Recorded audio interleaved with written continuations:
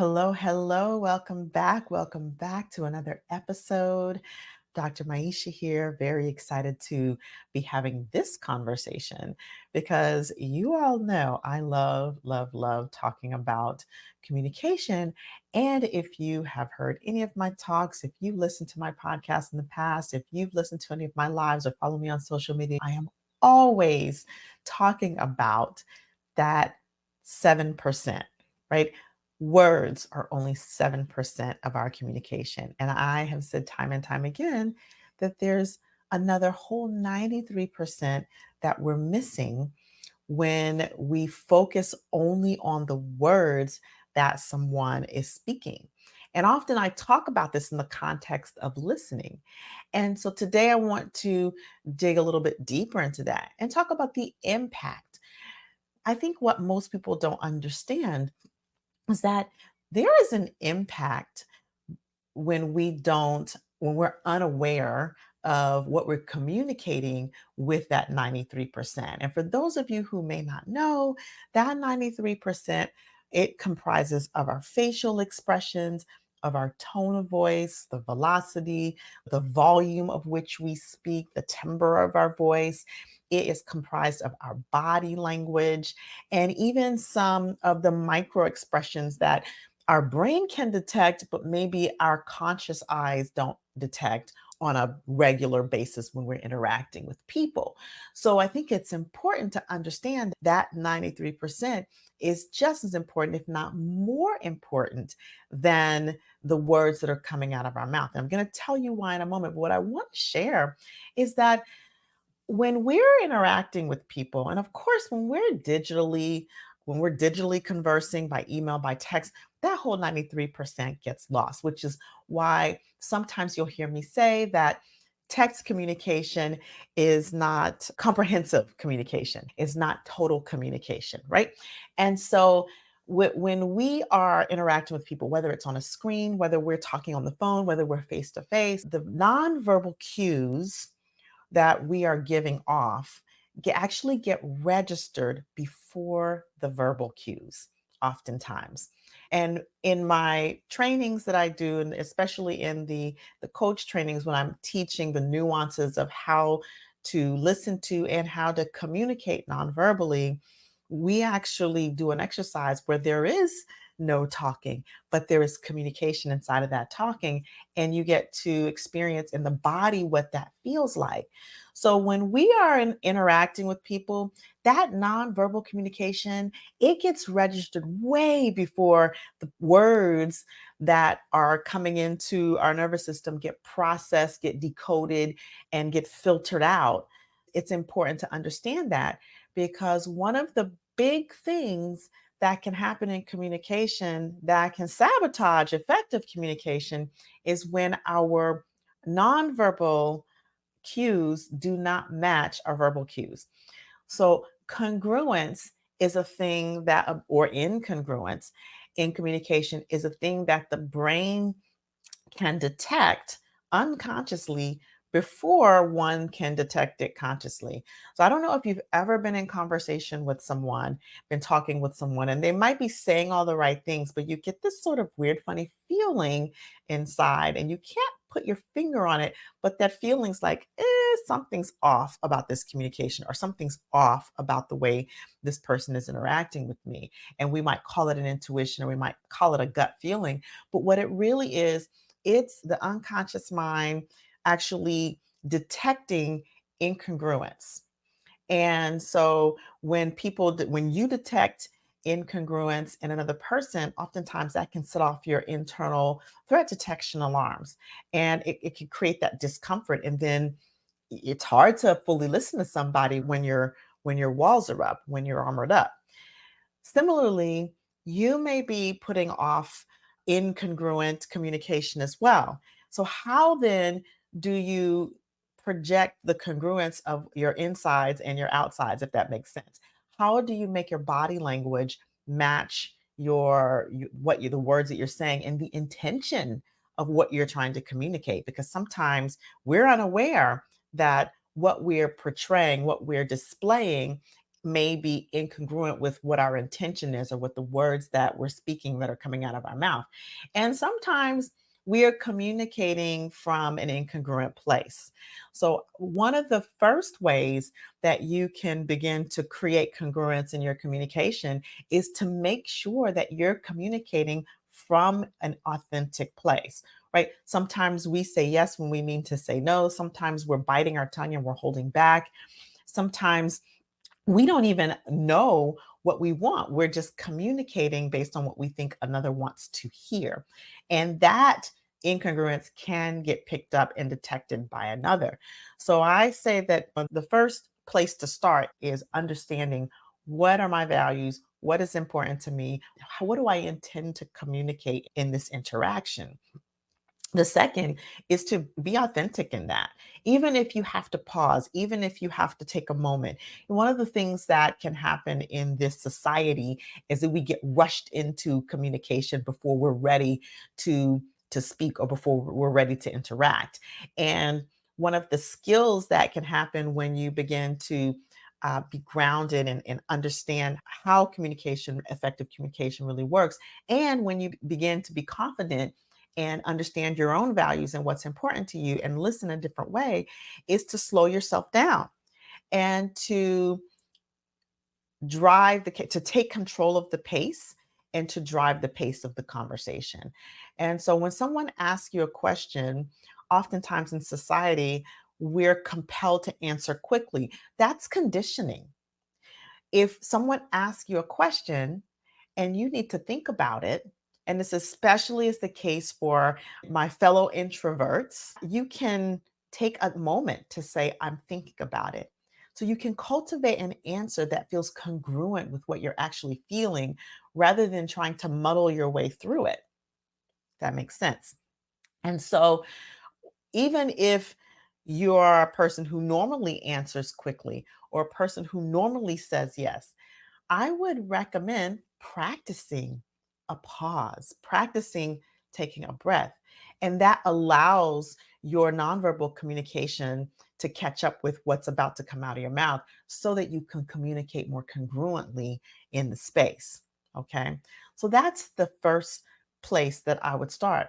Now, the second place is to actually watch yourself, watch your communication, maybe do a little mirror work. And I know that for some people that sounds contrived, but if you are finding that when you're communicating and your intention to communicate is one way, and maybe it's received another way, and that's consistently across the board, across demographics, across family members contexts, right? This is not just you're communicating to someone who may be fragile and and then they misinterpret the communication. But if you're communicating and you're noticing there's a consistent misunderstanding, I would do some mirror work. I would record yourself and see if there's something in the way that your facial expression or something in the way that your body language is communicating that's incongruent with your authentic self. Now, notice I'm saying incongruent because there's not a right way to be or a wrong way to be. I'm not suggesting that you should communicate and you should look a certain way when you're communicating. What I'm suggesting is if there's congruence of intention and your body language and your words, then the message comes across. The heart of the message comes across. And then if it's received the wrong way, we can open up the conversation for clarification. This is what I'm saying, and I hope this makes sense. And so, an example of this is I was in the car and I was talking to my son, and I was talking very passionately about a subject, right? Now, my son in the back seat could only see the back of me and could only hear the tone of my voice. And so at some point, he said, Mommy, are you upset with me? And I said, Oh, no, I'm not upset with you. And so I said, Well, what made you think that? And he says, Well, you were talking and it seemed like you were raising your voice. And I didn't feel like I had done anything wrong. And so, in my passionate speaking about this subject, and I was speaking to him, but I wasn't speaking at him, I mistakenly portrayed that I was upset. So then I had to backtrack and clarify and say, oh no, I'm not upset with you. I think I was just passionately speaking and that made my voice raise. And so, no, I'm absolutely not mad. I'm absolutely not upset. And I apologize that it came off that way. And he was like, oh, okay. And then we were good. Right. So that's like a on the court example of how sometimes there wasn't congruence because there was an unawareness that once I got into the emotion, there was an awareness of the way it was coming off with my son, even though I was speaking from an authentic place. So this is very nuanced, and these are some of the things that I teach when I do workshops on communication, when I do full trainings, and in my communication that transforms course online training that I have. These are some of the nuances, and we go much, much, much deeper in this setting.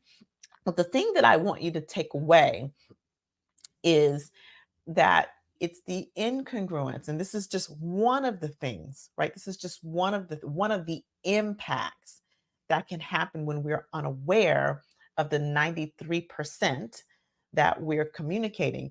Now on the flip side, if we are unaware of the 93% of the nonverbal language that's being communicated to us, then we can totally miss a message and misinterpret a message.